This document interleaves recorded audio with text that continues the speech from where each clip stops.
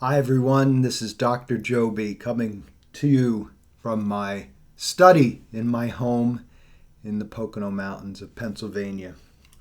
And so we begin a topic now, critical media studies. And we're going to be doing a few chapters from the textbook Critical Media Studies and Introduction by Ott and Mack. This text is now in its third edition. It's written by Brian Ott and Robert Mack. And when the book came out, I was just thrilled. And I'm going to explain why to you. In my graduate work, after master's degree, I did a master's degree in psychodynamic theory at the New School for Social Research. And that was really clinical psychology, clinical psychodynamic depth psychology, studying a lot of Adler, a lot of Freud, a lot of Carl Jung, a lot of Wilhelm Reich. And while I was there, I got turned on to the existential philosophers. We were permitted to choose to study in other departments if we wanted to. So I took some philosophy department courses on continental philosophy, which is mostly existentialism and phenomenology. And that led me to Martin Heidegger, who is Friedrich Nietzsche, Martin Heidegger, Jacques Derrida, and in psychology, Erich Fromm. And they all put culture on the couch. They put the media on the couch rather than the person. And I came to find for myself that I actually enjoyed thinking about psychoanalytically, depth psychology, thinking about culture and media, social implications, social situations involving film, television, digital media, traditional media. I enjoyed that more than people on the couch, analyzing and giving psychotherapy to people. So I worked as a psychotherapist for just about 3 years, 3 or 4 years. And then I started teaching, and when it came time to pursue a Ph.D., I left clinical psychodynamic psychology and I turned to media studies, psychodynamic media studies. Again, this is where you put culture on the couch instead of patients. And this book didn't exist. The readings were all straight primary source from Nietzsche all the way up through contemporary psychoanalytic research, literature. And then this book came out in the first edition, and I was thrilled. The book is really great. I'm going to ask you, I'm going to do some what we call close reading.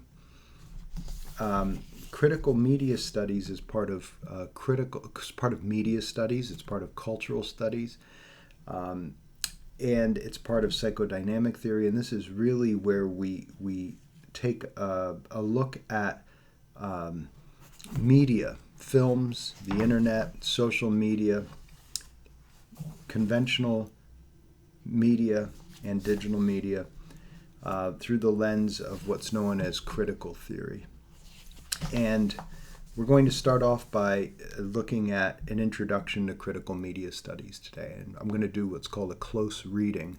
So some of you may not be familiar with this, but this is seminar style that I'm giving you. I'm sitting down with you with the reading. You should have read this chapter already. And I'm sitting down with you and reading through the chapter with you and adding and explaining and describing things. And this would be like a seminar style where many of you may not have experienced this because you have classrooms that are, lecture halls with 70 to 100 plus people in them. But in the tradition where I went to school, at the New School for Social Research in New York, and then later at the European Graduate School in Switzerland, we sat around a table, 6 of us, 5 students, 6 students, 5 students usually, and the professor. And we all came prepared to have an intelligent conversation. And that's what I'm going to attempt to replicate, that tradition here online with you. I've done this in the past and students seem to dig it, so let's do it again. So in looking at this, I've selected a few chapters to discuss. Firstly, we're going to discuss chapter 1 today. Then we're going to go to chapter 2, Marxist analysis. We're going to understand basics of Marxist theory and how Marxist theory, you might be surprised at, especially his earlier writings, are very much rooted in psychology. If you support the idea that we are a product of our environments, then you come from a Marxist tradition. I'm not going to say you're a Marxist, but you agree with Marx that character is a result of have and have-nots and resentment of the have-nots against the haves, and looking at the media and culture through a Marxist lens is very fascinating. We're then going to look at rhetorical analysis, how the way something is said or how it's presented can affect or does affect the reception of it.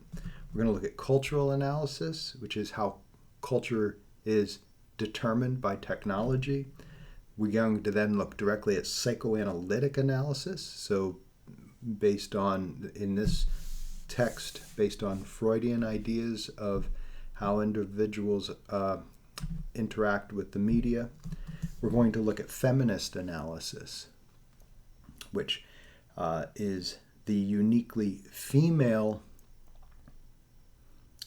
experience with different aspects of media.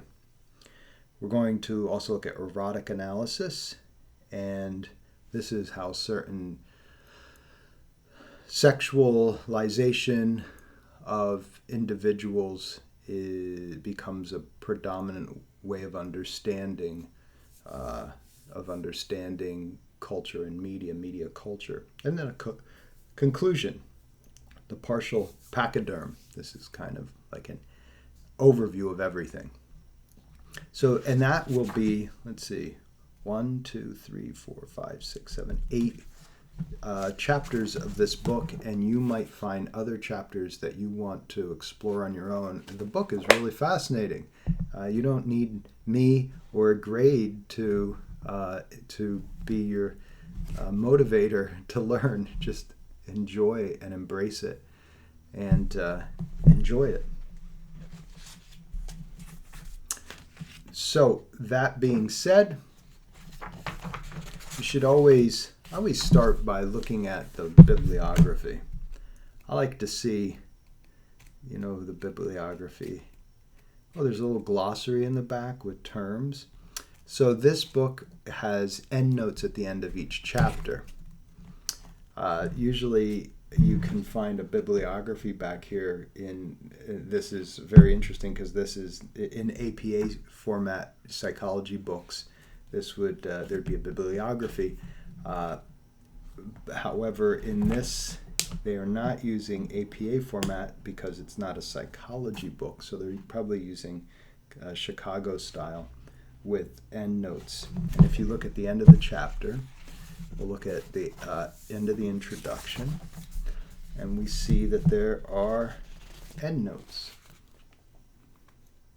Page 20. And we just look through some of these. Look at some of the names, and you can always get a sense of where someone's coming from by the names and the referenced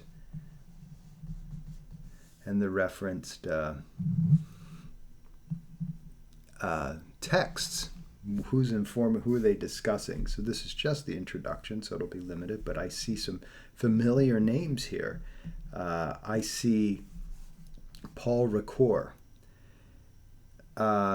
Ricoeur was a continental philosopher who worked on hermeneutics and this is a great word to know. Hermeneutics is the interpretation of text.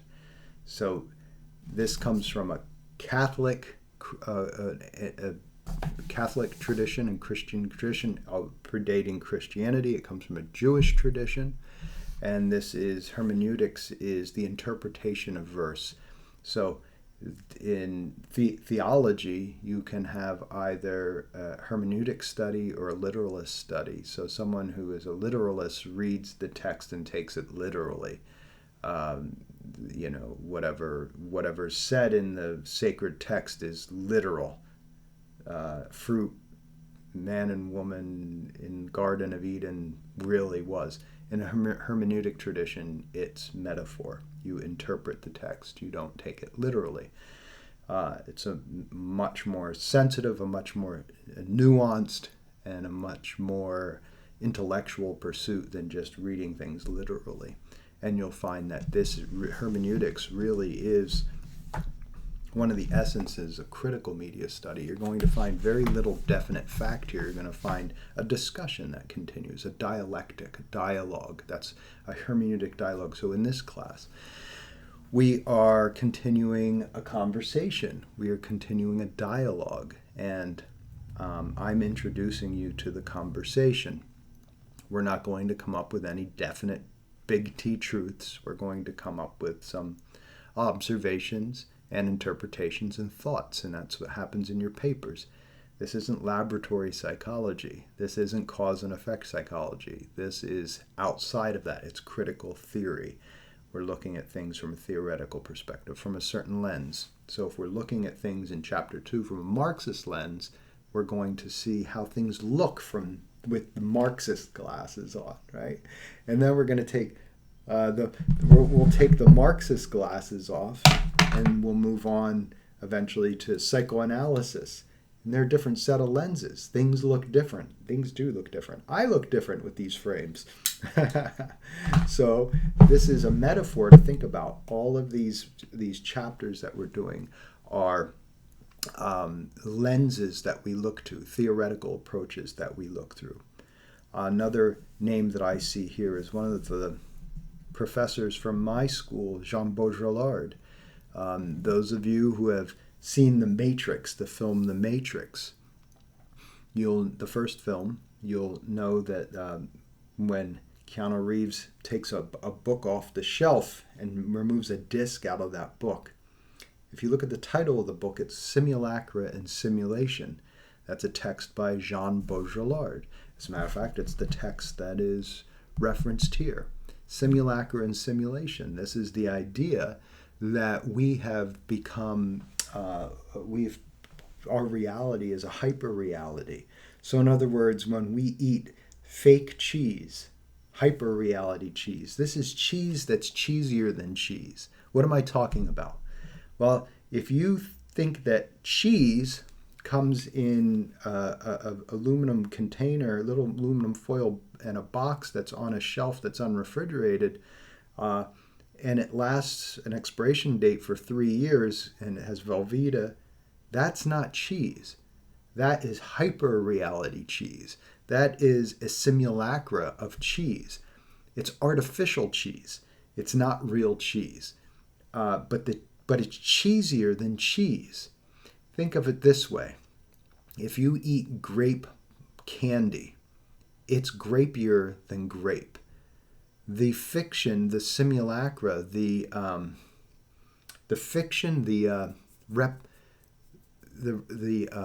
what is the word I'm looking for? My mind isn't what it once was. Maybe my mind never was what it once was. The artificial thing is more real than the real thing. You can eat grape bubble gum, grape candy, Velveeta cheese, and then when you eat a real grape or a real slice of cheese, you say, "Oh, what's wrong with this? It doesn't taste like cheese." When you go to the movies, Baudrillard likes to point this out in Simulacra and Simulation. You go to a film and you see, or you watch the TV series or the internet, and you become so enmeshed in the romance story life can't add up to it. Life cannot compare to the film.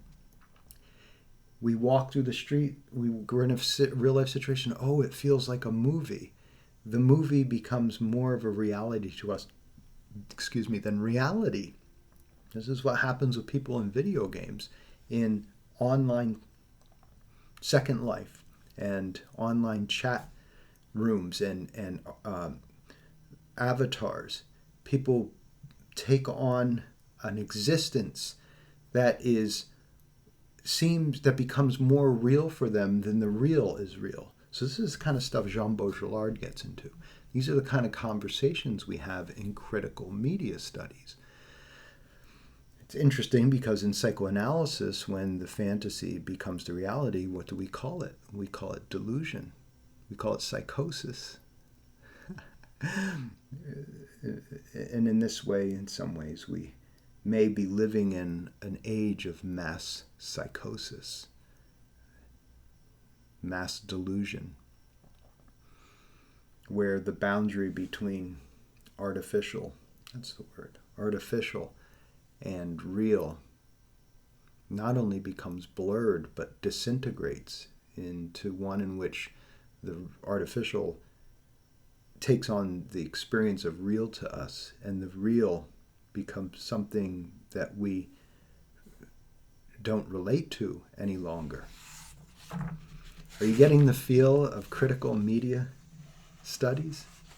Fascinating stuff. So I always like to start and take a look at who do the authors reference. And in most texts, this is a textbook, but in most primary source books, you'll look at the bibliography and you'll be able to say, who is the influence on the author? It's always good. I would look through this glossary in the back and familiarize myself with the lingo. I'm looking here, acoustic space that is spherical, discontinuous, resonant, and dynamic.